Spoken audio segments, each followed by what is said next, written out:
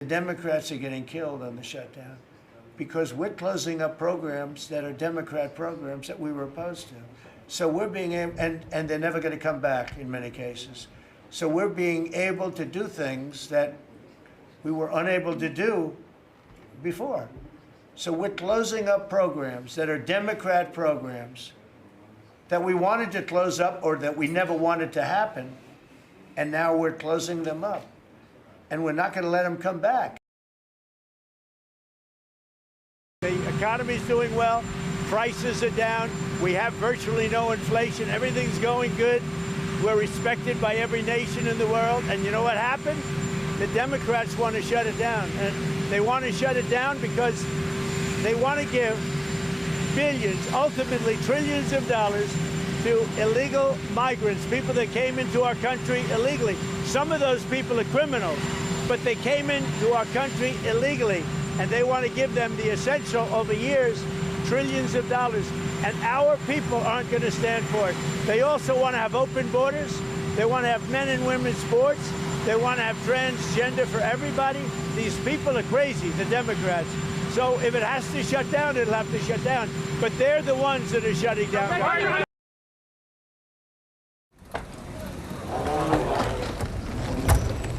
The sounds of any airport are similar, but some things you hear at other airports you won't hear in Denver. Hi, I'm Christine Ohm, the United States Secretary of Homeland Security. At least a half dozen airports across the country are now refusing to air this video from the Department of Homeland Security at TSA checkpoints. However, Democrats in Congress refuse to fund the federal government. It's not airing in Denver because DIA doesn't have TVs at security that do anything other than display basic information without audio. It's very partisan, and I think it violates the Hatch Act. The Denver airport doesn't have to make a choice on whether to air it, but the second largest airport in Colorado isn't showing it either. The Colorado Springs airport says they have a policy against partisan messaging, guided by the Hatch Act. Basically, you separate political activities from civil servants or from federal properties or anything that deals with federal funds. Former Democratic Colorado Congressman Ed Perlmutter knows all about the Hatch Act. Well, the Hatch Act is something you learn about, before Congress. Perlmutter is an attorney, though, too. You hear about it under Democrats and under Republicans, but nothing to the extent that we're hearing it under this administration. The Hatch Act became law in 1939 in response to concerns federal employees were coerced and threatened with termination if they didn't support certain candidates. No sound on this TV means no allegations of violating the Hatch Act. And Perlmutter says it shouldn't be a hard choice to make. It's Democrats did this, it's Democrats' fault, so it is a very partisan statement.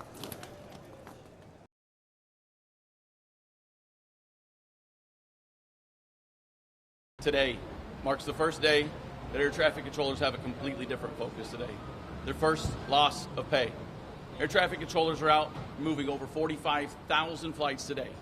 3 million passengers, tons of cargo that keeps America moving.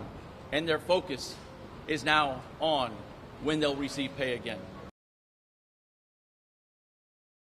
And this introduces a new risk to aviation. Air traffic controllers are supposed to mitigate risk. Air traffic controllers ensure that risk is out of the system so that those who fly and those who we serve, that they are safe. And this brings a risk where their focus is now on, when I get off my shift today, do I have to go and drive Uber tonight? The feeling is very similar amongst all of my coworkers. We are professional. We will come to work. We will make sure that we do the job that we were hired to do.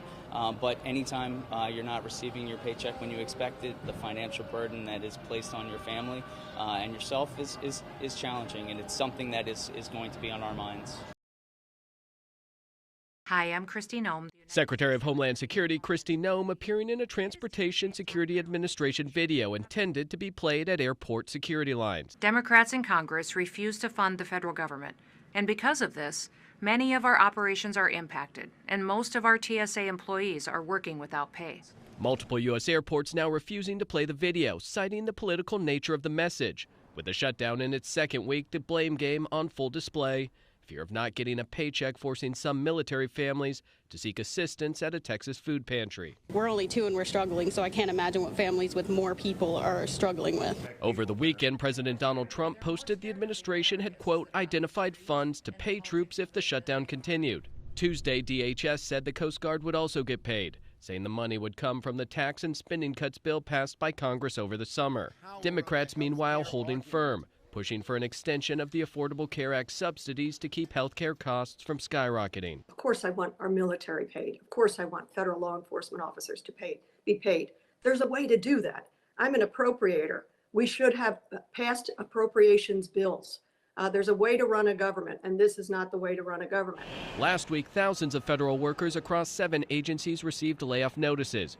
Tuesday, the White House Budget Office said it was prepared to ride out the shutdown with more layoffs. Each day, the stakes rising, with no indication any progress is being made between Democrats and Republicans. In Washington, Michael Yoshida. When the Senate returns Tuesday, it will mark day 14 of the government shutdown. And in a video that's airing at several airports in America, Secretary of Homeland Security Kristi Noem slams Democrats for it. Democrats in Congress refuse to fund the federal government.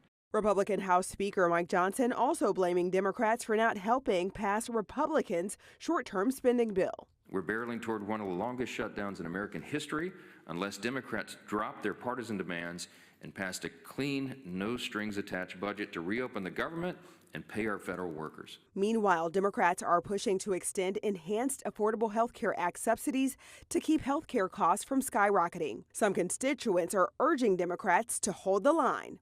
We need them to stand strong because this is important to our families, and they're standing up for families right now, and that's very important. We also need them to get the health care costs lowered. Meanwhile, more than 4,000 federal employees were recently given layoff notices amid the ongoing impasse, the Trump administration revealed in a court filing. The president making it clear that he sees the shutdown as an opportunity to shrink the size of the federal government. We're ending some programs that we never wanted. A move that opponents say is illegal. He does not have the legal right to do a reduction in force during a shutdown. Top House leaders signaled Sunday that there is virtually no appetite for their parties to cross the aisle and engage with the other side's demands. I'm Sherelle Hubbard reporting.